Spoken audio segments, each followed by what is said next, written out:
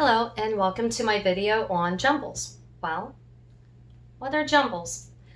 According to legend, jumbles were a favorite of Richard III and he brought them to the Battle of Bosworth. Now, after the battle, when the survivors were stealing from the dead, this recipe was found and they became known as the Bosworth jumbles. But that's according to legend. As far as written documentation, I've not found anything written until 1597 in Thomas Dawson's The Good Housewife's Jewel Part 2. Now, Thomas Dawson did write a book in 1585, but that recipe does not appear. So, as far as written documentation, the recipe appears sometime between 1585 and 1597. Now again, what are jumbles? I would describe jumbles as an aniseed pretzel. For the dough, you want aniseed, sugar, egg, rosewater, flour. For the sugar, just regular sugar is fine, a couple of eggs. For the flour, I actually use einkorn flour. Einkorn flour is one of 3 types of flour that existed during the medieval and Renaissance times. It actually predates to about 7000 BC. And it's one of 3 that still exist as far as flours in today's world. Now, how do you make the jumbles? You'll want to put all of your ingredients into a bowl and mix it together well. Then get out a board, put some flour on the board so that way the dough doesn't stick to the board. And you'll want to get about, I'd say about a meatball size of dough and start rolling it out. And you'll roll it out to a very just long, thin amount of dough. And then with me, I like to make a pretzel shape. You can do a variety of knots. They're known as, I believe it's pronounced gimmell rings. There will be more information below about those. They actually appear in 17th century portraits as well as poems. But you want to make your rings or your knots. Then you'll use the rosewater and actually put the rosewater on the ends of the jumbles as well as any places where the jumbles crisscross. This helps the jumbles stick together so that way your knot or your ring doesn't fall apart when it's in the water.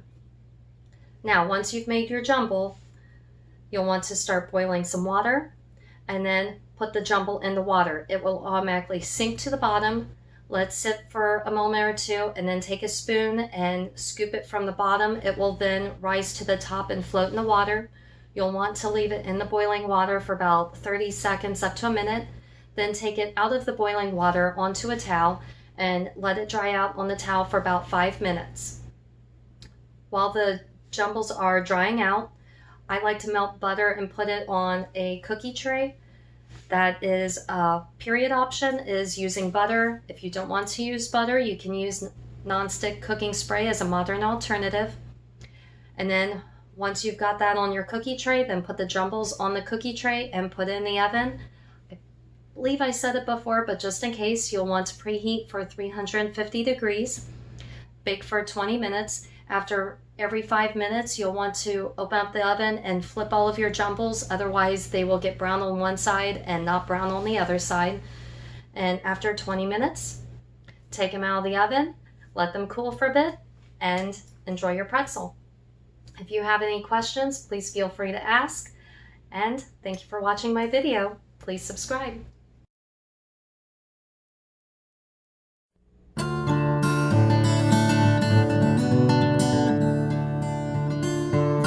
This is a recipe from the late 16th century called jumbles. And first I'm mixing half a cup of sugar with 2 eggs.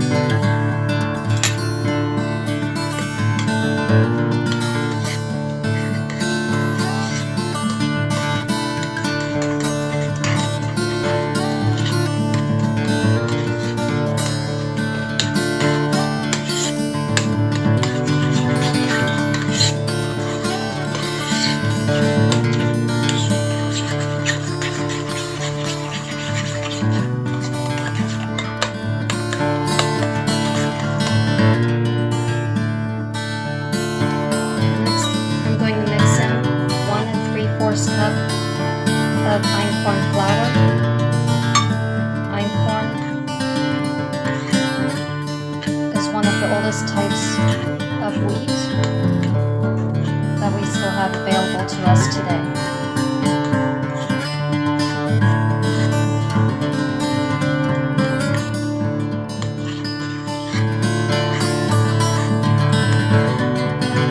So far I've only put in 1 cup. I find it easier to stir in a little bit at a time.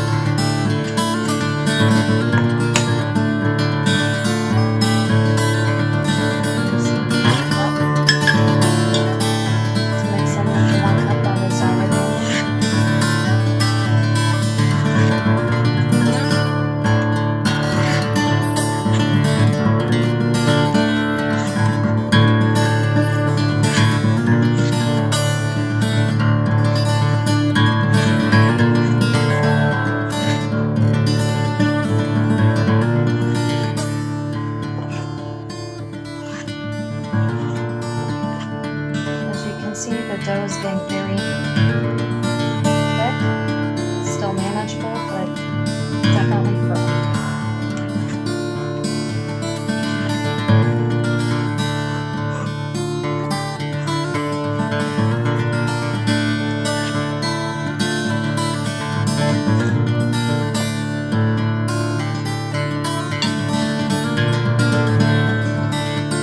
Here is 1/4 a cup. Flour that's already in here for a total of 1 3/4 cup of flour.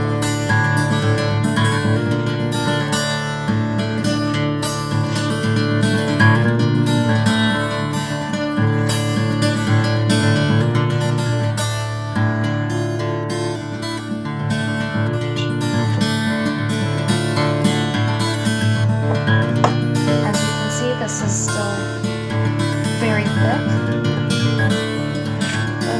Almost all the flour is mixed in.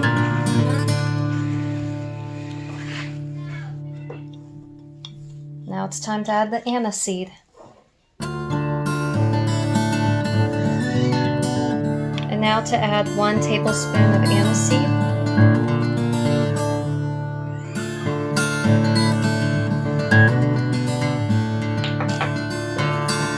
Now stir it in.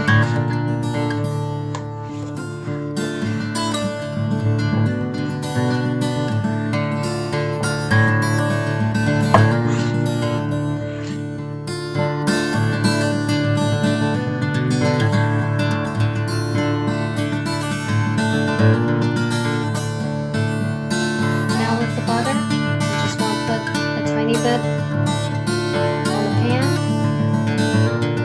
instead of using non-stick cooking spray. And from here, just use a towel and spread it around.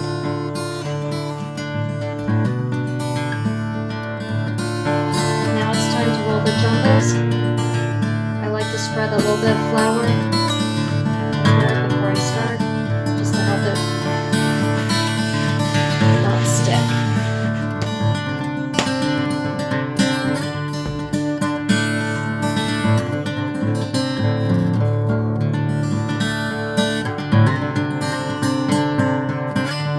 From here,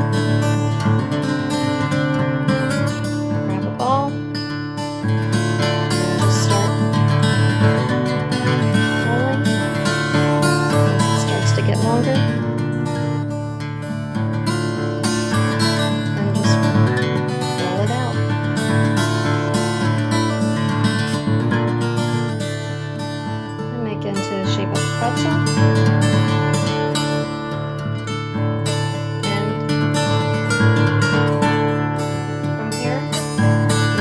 rosewater.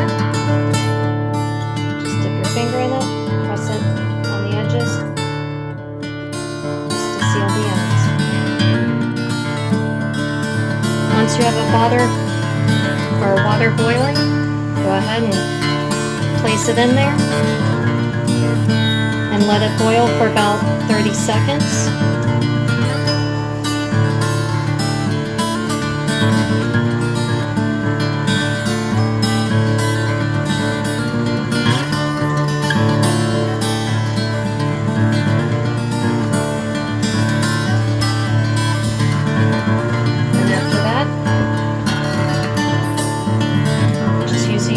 To free it from the bottom, and it will start to float.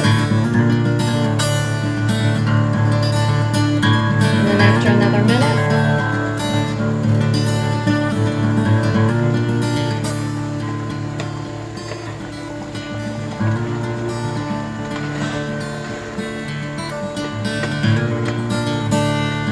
go ahead and scoop it from the water and place it on a towel to dry for about the next 5 minutes. And after these have dried for about 5 minutes on the towel, then lay them on your tray. Okay, we're ready to go. You can set these as close together on the tray as you like. You don't have to worry about them expanding. And let's take it to the oven.